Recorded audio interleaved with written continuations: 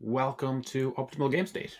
In this video, I want to look at building scenarios. So I think most of us are used to randomly generating Warcry battle plans based off mission cards, but it is also possible to tailor them ahead of time, whether that's for a tournament or a more casual narrative game. Now, this video has actually taken me a few weeks to get right, and I'm not quite sure I have, but this feels like it's a starting point at least. Part of that is because I've been trying to put together a couple of sample battle plans, in particular ones for the Ulfenkarn campaign. Now, I've recently painted up Lady Annika and some fell bats to go along with her. I've also finished up some direwolves and have started on Kritza, the Rat Prince. These are all very distinct and unique models. I thought it would be nice to give each of them a kind of a signature battle plan or scenario or mission, whatever you want to call it. You maybe a special warband with them as a leader, and something that kind of fits into the whole story. Today, then, I'm going to have a look through what I think we can say are the kind of considerations you should be making when building battle plans, and hopefully, you, the listener, will be able to put some suggestions in the comments on how you think I could generate some scenarios for these, and maybe that'll help me get going. To start, let's start looking at the mission cards. Now, one of the first things about these mission cards is that they've already done most of the work for us. I know people do point to certain combinations of cards that, cause problems, but I honestly think they're in the minority for the most part.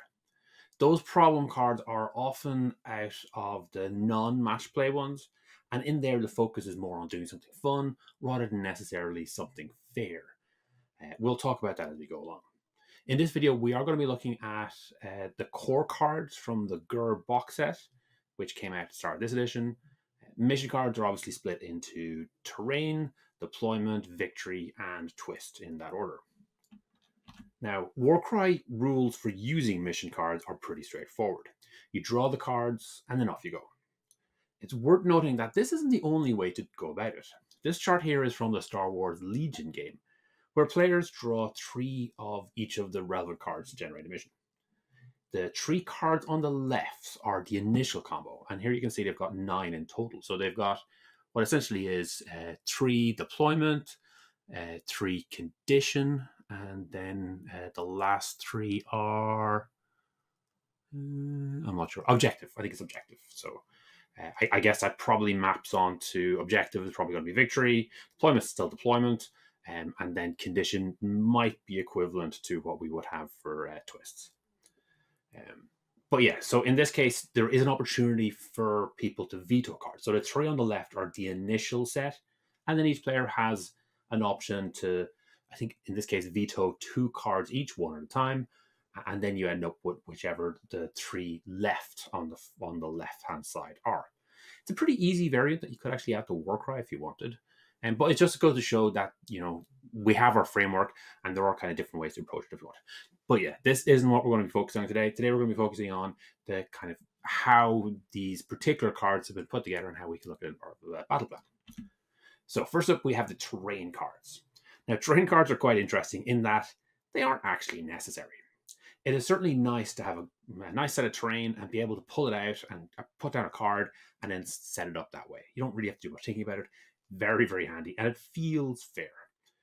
That said, it is actually quite hard to give yourself an advantage at this step, as you don't actually know where models are going to deploy. There are, that said, some considerations. The first off is it's typically a good idea to keep the border edges clear, because that's where a model is going to deploy. And similarly, you don't want to have kind of a closed off area where if they end up deploying in that, they have to kind of leap over buildings or something to actually get out into the main battle. Warband with fly will benefit from having lots of difficult climb terrain or just large blocking pieces that they can ignore. Mounted fighters obviously can't use archways, doors, or ladders, so that's consideration. Beasts cannot open doors. Doesn't come up a lot. Doors aren't always present, but that is a thing. Ranged fighters will struggle if there's a lot of blocking terrain, which will limit their targets, and similarly, they might be a little bit too strong if there is no cover whatsoever.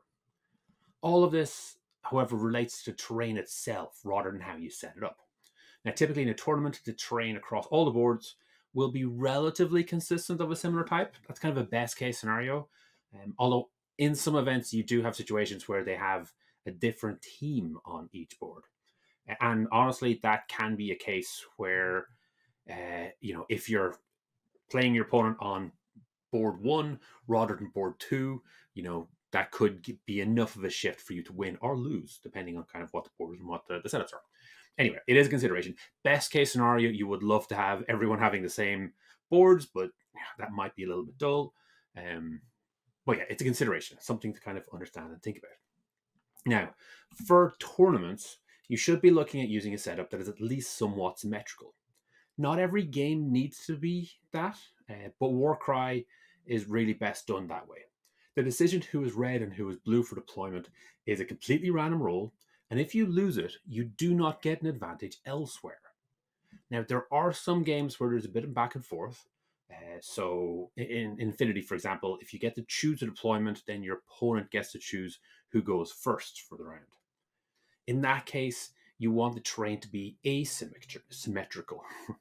So it does give a benefit to the player choosing, as their opponent will also get another bonus that kind of balances it out. So there are cases and there are circumstances with games where having a non-symmetrical and asymmetrical board is actually desirable. But Warcry isn't one of those. So if you're playing competitive, you really want your boards to be roughly symmetrical. An active decision a tournament can make is to have lots of terrain on the board. If there isn't space to drop a monster, then that really limits their effectiveness. There is a reason the Chaos Chimera is seen as the most effective monster in the game, and that's because it can fly. A flying monster just needs a spot that it can fit its base in. And yeah, the other monsters have to have clear paths that they can move through. So that's something you can actively do when you're setting it up, just to see how much of an impact is going to be there. Obviously, we're seeing a lot of balance patches, and we're seeing a lot of points adjustments. So, the monsters are kind of consideration that they're designed looking at and are trying to tame back a bit. But terrain is also something that you can use for that. And will have an impact. For the most part, though, when you're setting up terrain, you really can be as creative as you want and focus on making it look good and thematic, as long as that makes sense. If you're planning a mission for yourself only, so just a once-off, then you could factor in the terrain design. But if you're planning on making this something that everyone can use, you're probably going to keep it relatively terrain agnostic. So that's to say, a battle plan mission for a tournament, you really don't want to dictate what the terrain is going to look like, because different events or different places might have a different selection of terrain. Whereas if you're doing it at home, you can actually put together a terrain placement and then design the rest of your battle around that. And that can be quite rewarding, can be quite interesting. One thing I do want to highlight for scenery, and this will come in a little bit later with the victory conditions, but is using special terrain. So the Tome of Champions 2019 did a fantastic job of using the now out of print Shattered Dominion objectives. This was a box of 7 unique terrain elements that could be used as objectives in a game. So there was a pile of books, a pile of weapons, a chest with some more books, a chest with lots of gold, an arcane astrolabe or something, an axe stuck in the head of a statue, and a chained magical looking rock that floated sinisterly above the ground. Very, very cool stuff. And the scenarios from the book were very, very unique. So 2 things to take away from that. If you have some cool scenery items, use them. But also, if terrain is currently available from GW, like this Shattered Dominion pack was when Tome of Champions came out, that is something that you can hand out. You can kind of give in a kind of agnostic thing. It will mean that people will need to then get that particular piece of scenery, buy it, paint it up, and it will have a limited lifespan. Eventually, that product will go out.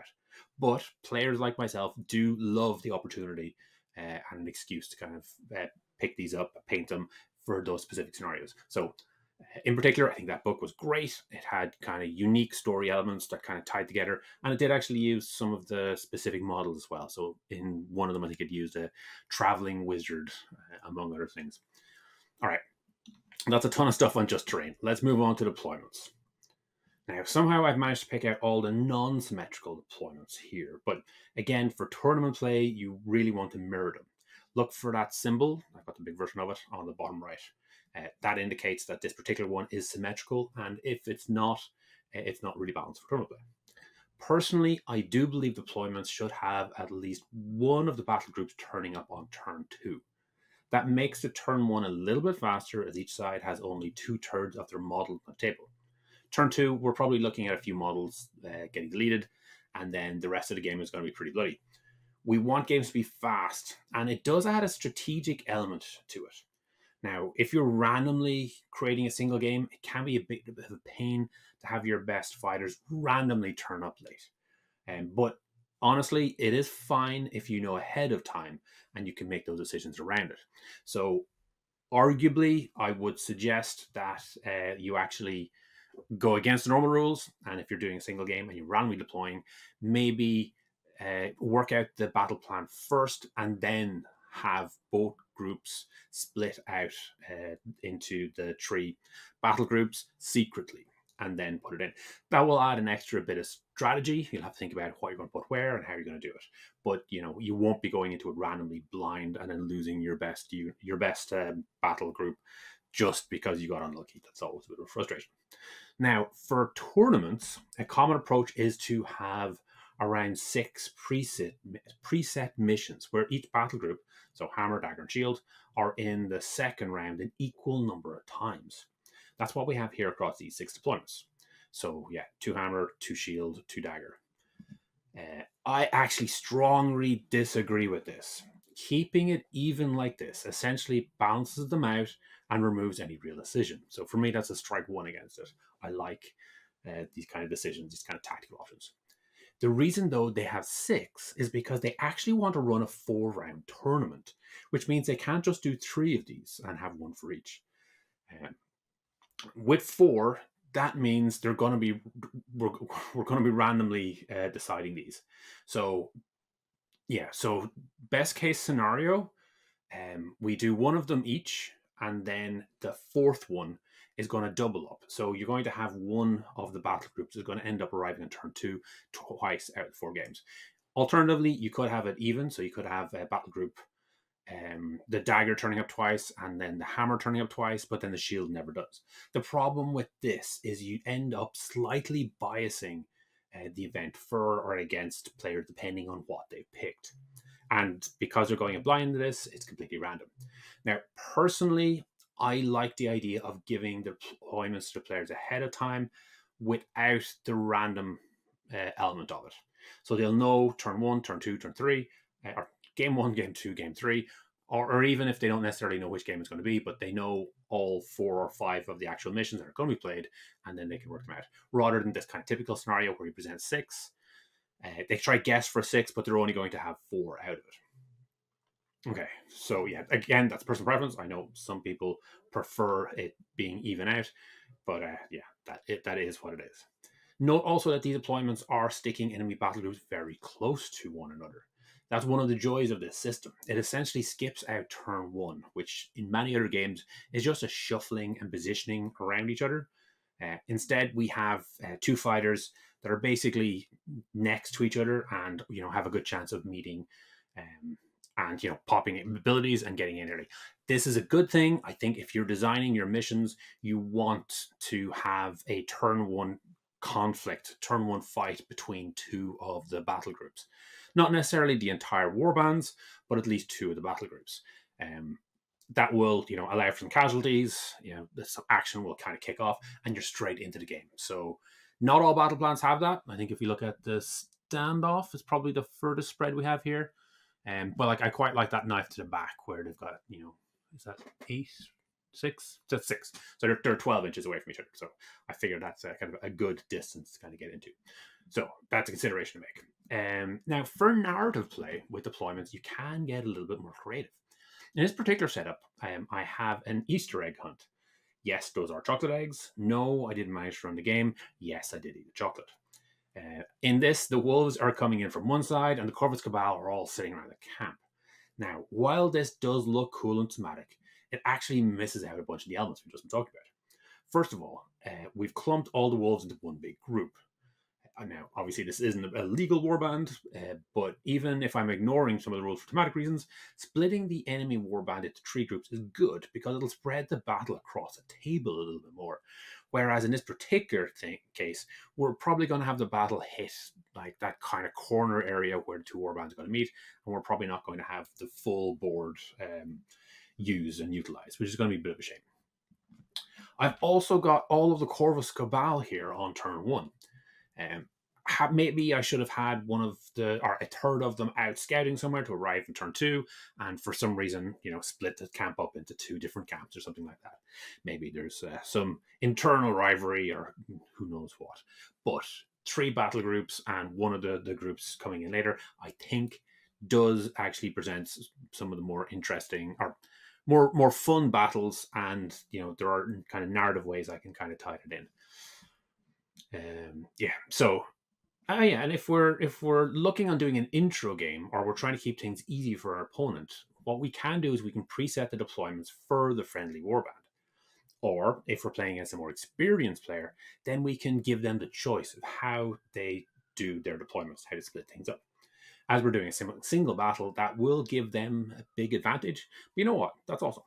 These are supposed to be the heroes. If we're doing one of these kind of set battles, normally it'll be whoever our buddy is will be the hero, and that's something we want to encourage. We want them to be awesome. We want them to have a fun game. And we're probably going to break the rules somewhere else, so it's fine if the heroes get a few bonuses here and there. Another approach, if we can do it, is to have this happen across a series of games. So give the other player the full details of all games, so maybe 3 games, and let them decide how they'll split out their warband into those 3 battle groups. But they keep that split across all of the battles, just like you would for a tournament. Now, in one of the recent videos, I did talk about solo games. If I was playing a series of solo games, I would definitely take this approach. In this case, I've got my Witch Hunter warband here. I could split those into 3 battle groups before the start of the game, and then keep that split whether I'm playing against the Night Haunts in game 1, the Flesh Eater Courts in game 2, or the Vampires in game 3. We can even have the enemy deployments already decided. So I know I'm going to be getting Haskell close to Duval in that last battle, although to do that, it will mean I'll have to sacrifice him and put him into a bad positioning for the first battle. Similarly, as we'll need to kind of take consideration for victory conditions to play, if the Night Hunt game is about capturing treasure from the catacombs, then we know the doggos, who can't carry treasure, are going to be less useful. So in that case, we can prioritize getting the other battle groups nearer the treasure instead. I do think this kind of approach offers kind of some interesting decisions, and decisions are always something good, something that you should be encouraging, something because it gives the players agency over the game, and that's fun. If you're not sure where to start with deployments and you're trying to put something together fresh rather than using one of the existing ones, head over to the Warcry card creator, and then we've got the mission section up top, and just hit that randomize button down near the bottom, one of the ones in yellow. What that'll do is it'll throw up a bunch of random deployments. They are always going to be symmetrical, and they will always have 1 battle group appearing on turn 2. That's just how I set it up. It's actually pretty fun to play around with. It will give some weird ones because it literally is just randomizing the numbers and then picking one of them to be round 2. You might find you kind of want to play around with it to kind of get it right, but it's a great starting point, and then you kind of make adjustments from there. All right, next up, we've got victory conditions. Now, this one is a little bit more tricky. Broadly, we have 4 groups across these GUR cards. We've got kill, territory, objectives, and treasure. Kill missions are focused on getting killed in some way, whether that's quantity or specific targets. Territory missions divide the board into zones, and it's all about controlling those zones, whether that's a number of them or specific zones or some variation. Then we have objective missions. Here we have fixed objects on the table, and you're trying to control them by having your fighters next to it. Last, we have treasure missions, where the objects can be picked up and carried around. So this is kind of like an objective mission, but we also have like a kill mission element into it because you're trying to kill enemy models who have picked up treasure. While these 4 categories cover the majority of victory conditions, it is definitely possible to have ones that fall outside this. The Gauntlet, for example, is about the defender moving fighters off a board edge. The delivery is similar. The defender is trying to get one messenger off the table. Arguably, these fall into assassination mission types, as the enemy is trying to kill defenders. Or you could even argue that the board edge is a zone or a territory. So that would, give that. So there is overlap. I'm just making a point that there are kind of cases where it falls out of that broad generalization of the four. And you can kind of mix sometimes. When working out your own victory conditions, there are a few considerations that you should keep in mind. When looking at Lady Annika, for example, from the background, we know that, and that's from the Cubicle 7 Ulfenkarn book, we know she's very fast because she spiked her own blood over many years with Quicksilver Camonite from the realm of metal. She also has an enchanted blade, which can drain blood, so she's fast and she can heal. I painted up some of the fell bats to go along with her, so you can see she's got her arm, which has got a bit of a bat thing going on herself. Now, those fellbats can fly, they're fast, and they do have that classic Troll intercept reaction. In this case, it's called Necromantic Bonds, which gives them a move and attack if an enemy fighter gets within 3 inches of their hero. If I was to run this as an assassination mission, which is arguably my first kind of instinct, the heroes would have to catch up with Lady Annika, get past the fellbats looking to get in the way, then do enough damage to her while she is healing up with her own attacks. Because presumably that's how I do it. They then need to do all of that within 4 turns. And that's really the key here when considering our victory conditions. The game of Warcry hinges around the idea that each fighter gets 8 actions in total, 2 for each turn. There really is only so much they can do in that. We also have a fixed battle size, and fighters need to move to get into position. So this is something we're going to see particularly clearly with the Move 3 fighters. As an example, if we have a battle where we set up our Dwarf Warband on one narrow end and we're playing a Gauntlet mission where they need to get to the far board size, that's 30 inches from one side to the other. Now, we've a little bit of leeway in setup, and base size can also be a factor, but if we're moving 3 inches each move and only have 8 actions, then we aren't going to make it. The sprint across the board is just an example, but the key part here is there are a limited amount of time and actions, and you need that victory condition to be achievable. So if we were to go for that kill mission against Lady Annika, but we were to make her fast, so she was hard to catch up with, and would be able to disengage and move away if she was playing smart, and she had healing abilities, then it might not be viable within 4 turns to do that. Now, obviously, we can break those rules. So this board is the Mission 1 for Stargrave solo campaign of Quarantine 37. It's one of the additional books. Since that game is model agnostic, this is on a Necromunda board with some Chaos Cultists versus Eisenhorn and some Navis Britchers from Kill Team. For this mission, the objective is what we're interested in here, is getting off the board using one of the elevators. At the end of each turn, more cultists are going to show up. So this game is ramping up to the point where the heroes will eventually get overwhelmed. We don't actually have a 4-turn clock in this, like we would for a normal Warcry game, but there is an incentive for the heroes to finish up fast. Now, many of the McCullough games have this approach. Here we have one of the many missions from the Rangers of Shadowdeep. I think this is mission 1. This is the very first mission from the kind of core book.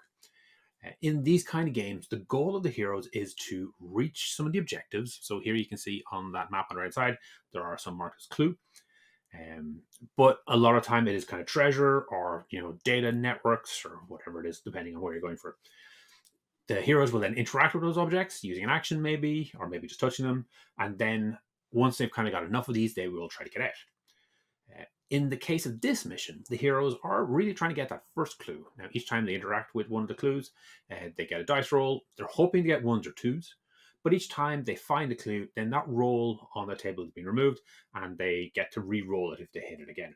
Now, an alternative, and perhaps a better approach to that, is to use cards, and then you'll shuffle it up, draw a card, and then as you get one of the clues, you'll have it, and the card deck will be a little bit smaller.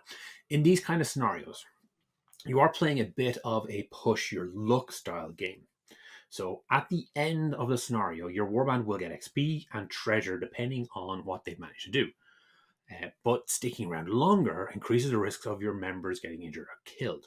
Indeed, even if they don't find that first clue, the campaign does move on. So if they come in, explore one or two and then decide to bug out, they will get some XP and they'll go on to the next mission.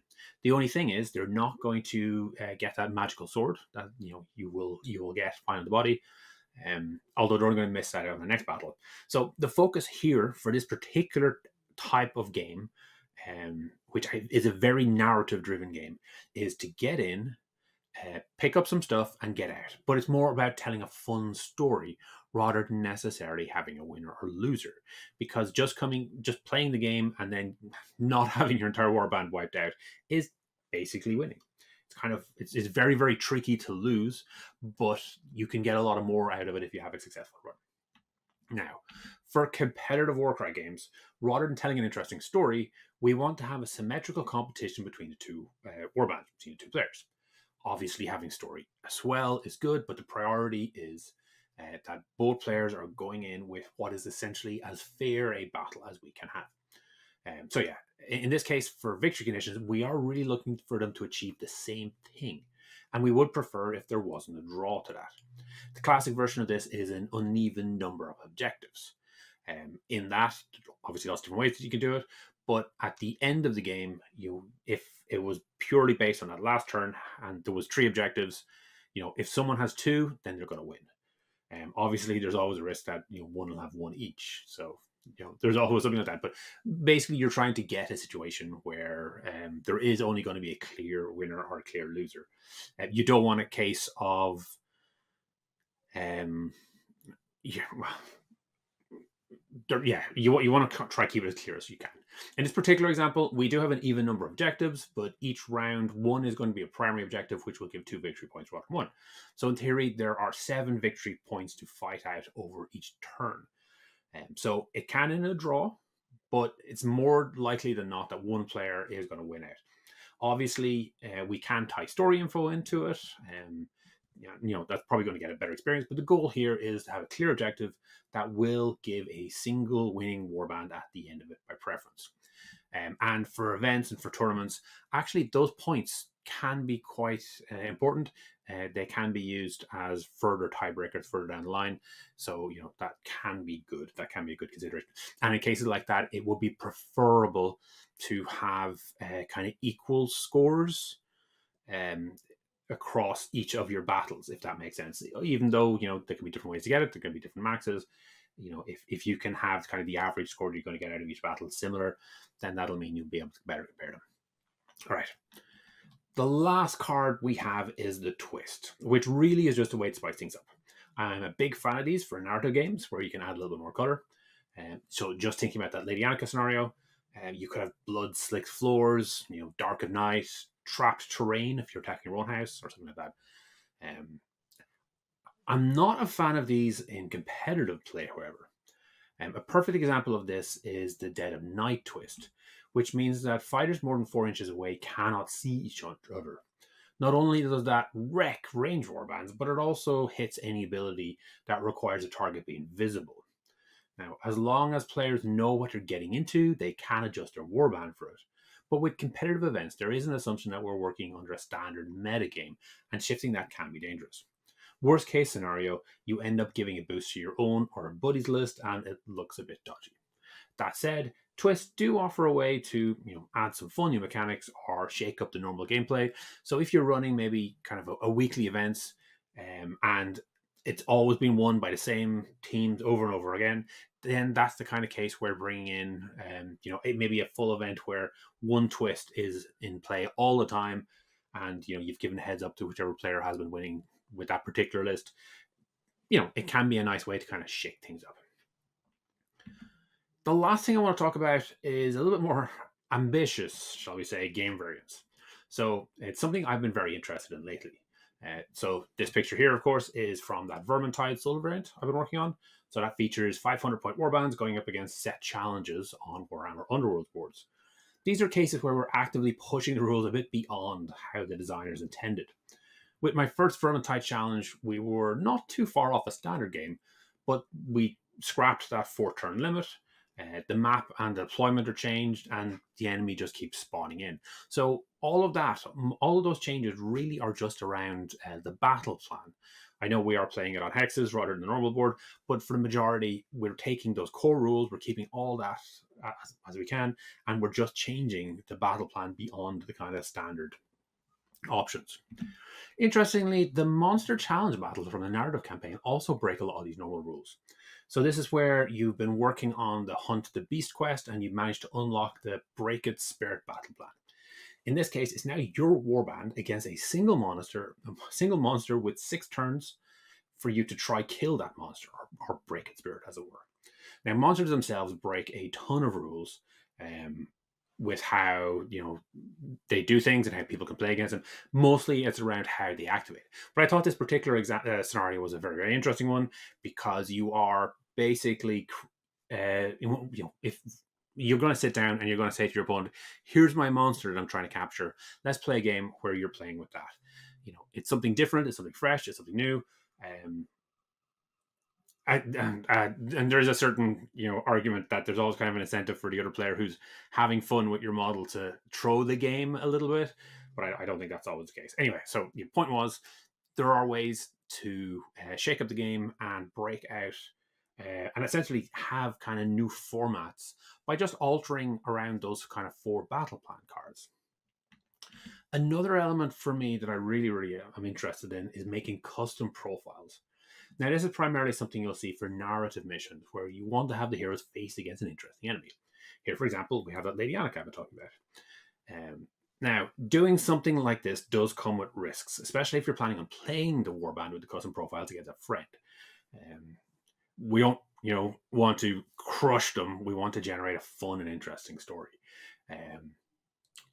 To do this, we have some great starting points. The first, obviously, is to use another profile and just reskin it. So in this case, I started with the vampire profile from the Soulblight Gravelord list. So you can make some minor tweaks and changes to it. Specifically, adding a Divine Blessing is a great way to go for it. So at that point, you're very much sticking to the normal Warcry rules, which makes things a lot easier. In this case, I did make a few extra adjustments, and what I did was I used that feature on the right-hand side of the Warcry card creator. Okay, you can see it in there under calculated stats. So this gives what the average damage is. It gives an estimated points, and if you hit that details, it will actually explain where those points are coming from. So basically, what I found is average damage and is on a linear scale to points, and average wounds is on a linear scale to points. And then what I do is I average those 2 out, and I get a points bit, and then there's a bunch of multipliers. So being extra fast is like an extra 10 or 15%. Having reach on your weapon is an extra so much, stuff like that. So that's how that system works. But what I'm saying in this case is if you want to make some custom profiles, you can use this tool that will give you that points cost. The reason the points cost is relevant is just because it kind of gives you an idea of how powerful this fighter is. So this should be roughly on par with another 210 fighters. So you've got a ballpark for what you're coming in. It does mean that if you see something is coming in particularly weak, and it probably isn't going to do much or be much of a challenge. Keep an eye on the breakdown on details. So personally, I find it beneficial to keep your damage and your wounds roughly around the same, and that kind of gives you an idea of how dangerous something is and how hard it is to kill. Fighters that do a ton of damage and are really easy to kill tend not to be that fun because they're either going to kill the heroes or they're going to just die instantly. Similarly, ones that don't do much damage and are just a big block of wounds probably aren't going to be a lot of fun because you're going to have to be worn out. Unless that is, something that is kind of part of the idea. So yeah, if you wanted to take those undead ogres that we have in Curse City, to a certain extent, they're already designed to be just big blocks of meat, but that would be kind of a good story element where they're bodyguards over, someone, whoever they're protecting, and you have to kind of beat your way through. Anyway, point being, we have this tool. It does give us some points, and it kind of gives you a good idea. So you can kind of get an idea of where you're going from. Obviously, this doesn't help with abilities, so you have to kind of do your best with that. Now, remember that when you're looking at abilities, The goal is to create a fun experience for the hero or warband, so you probably should be avoiding what would be considered good or powerful abilities normally, because typically they're just ways of boosting damage, and from a certain perspective that is a little bit dull. With custom profiles like this, really if you want to up the damage, just up the damage. You don't need to be using abilities for that. It's probably better to be using those doubles and triples for interesting abilities, kind of add story elements, and block off terrain, move things around, something fun, something that we don't normally see, something that's kind of interesting. Lately, I have been doing two things. Working through my model backlog, which I will get ready to posting on Instagram, so give a check at that if you haven't. And then the other thing is reading different rule sets. So I've mentioned Stargrave and Rangers Shadowdeep in this video, but I've also been working through Frostgrave, 5 Leagues from the Borderlands, and Silver Bayonet, and amongst a few others. My weekly RPG group recently finished our One Ring campaign, and we were briefly looking at a few different options. So I've been looking a lot into the Alien RPG. I've been looking at Soulbound, which I'm enjoying a lot. But we have settled that we're going to be starting into a Warframe game. So I've been looking at a lot of the Warhammer Fantasy roleplay rules, because to kind of get an idea of what's going on there. Something we have played lots of times, but Cubicle 7 is a little bit more refined, a little more up to date. Anyway, lots of rules is what I'm saying. Now, broadly, I'm of the opinion that right now, Games Workshop aren't being great with rules. Warcry, though, I'm continuously super happy with the core rules of this game. So when I find myself looking through these different rule sets, I'm always thinking to myself, how can I incorporate these elements into my Warcry games? Hopefully you'll think about that, and hopefully that you'll be able to do similar. Thanks for making it all the way to the end. Hopefully you enjoyed this video. Each week I put up a new video talking about one of Games Workshop's specialist games. The goal is always to try and make the best possible two-player experience. If this is something you'd find interesting, please subscribe to the channel and comment to let me know what you'd like to see in future.